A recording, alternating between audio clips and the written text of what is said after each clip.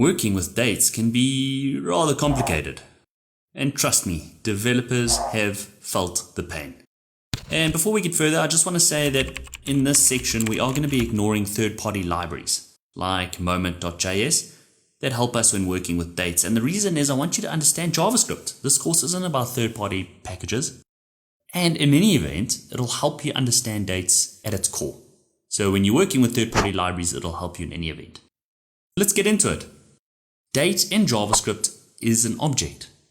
Remember how we had the two data types in JavaScript? We had primitive, which is just another word for simple, like strings and numbers. And then we had an object. We had a complex data type. Well, date fits into this bucket. And date represents a moment in time. So even though it's named date, we do use it to handle time. And to instantiate, to access this object called date, we have to call it by using the new keyword. And we go new date. And we normally put this into a variable.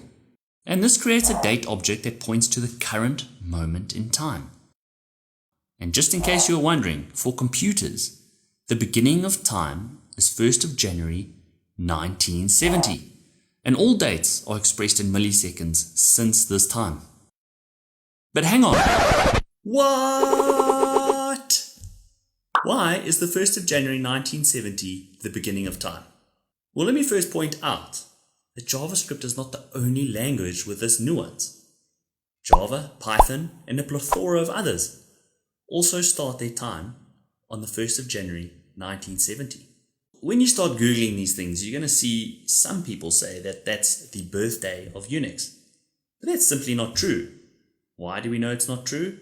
Because there were operating systems before 1970. In fact, in the 1960s, we already had rough versions of it.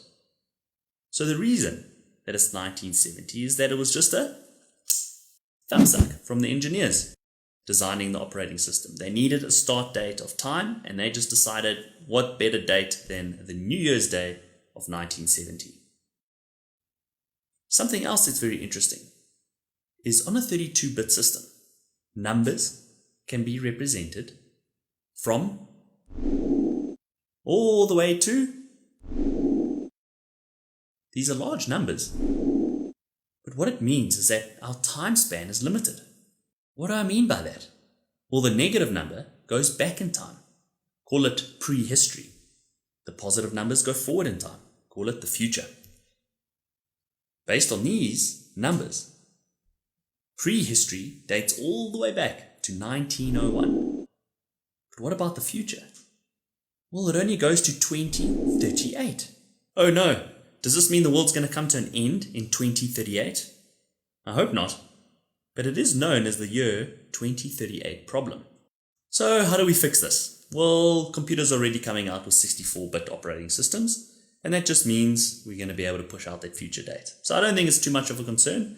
Just thought it's a bit of interesting knowledge for you. Let's continue.